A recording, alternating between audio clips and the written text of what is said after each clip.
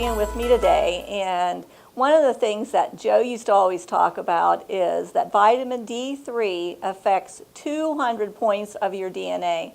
Well, there's some new research out that just came out in January of 2018, and the article is from the International Journal of Nanomedicine.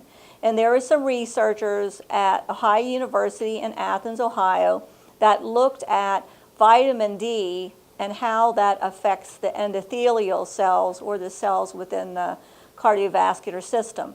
They had noted that there was a similarity in that there were low vitamin D levels. These people had heart attacks. So they wanted to look at how can we check that at the vessel level.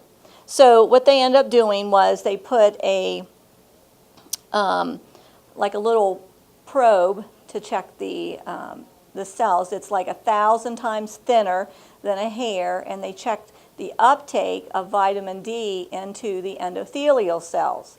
And like I said, the endothelial cells are the cells within the vasculature, or the blood flow that carries the artery oxygen via the arteries. So one of the things that they found was that vitamin D actually helps the body to repair. Good levels of vitamin D3, and that should be 50 to 80 is what their research showed, which is comparable to what I recommend anyway. And this is just another avenue as to why you should take vitamin D.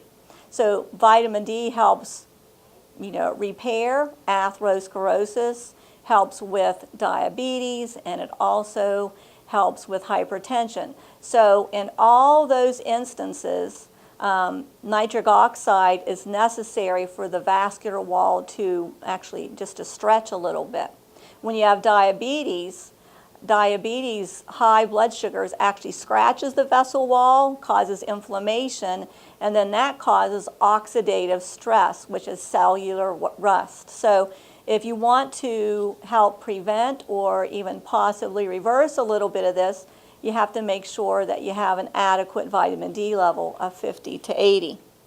And nitric oxide, as that dilates the blood vessels, that actually helps with the repair and helps reduce clotting. As everybody knows, a heart attack, a stroke, those are all just clots that form in the vessel that occludes that.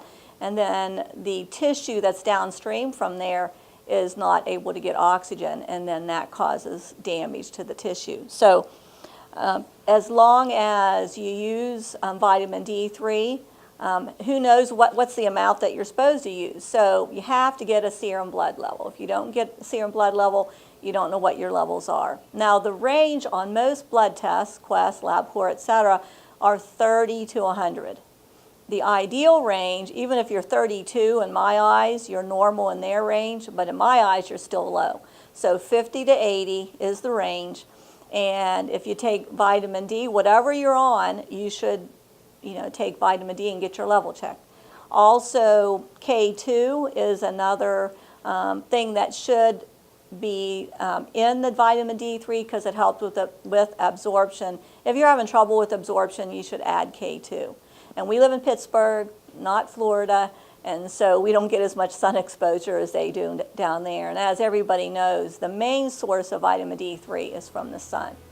So if you'd like to talk about this further, I'd love to help you on your journey to good health. Thanks for watching. If this information was helpful, hit that thumbs up button down below. If you want more videos like this, hit the subscribe button down below, then ring the bell next to it. Also, if you know other people that you would want to share this link with, please do so, because I would love to help them on their journey to good health.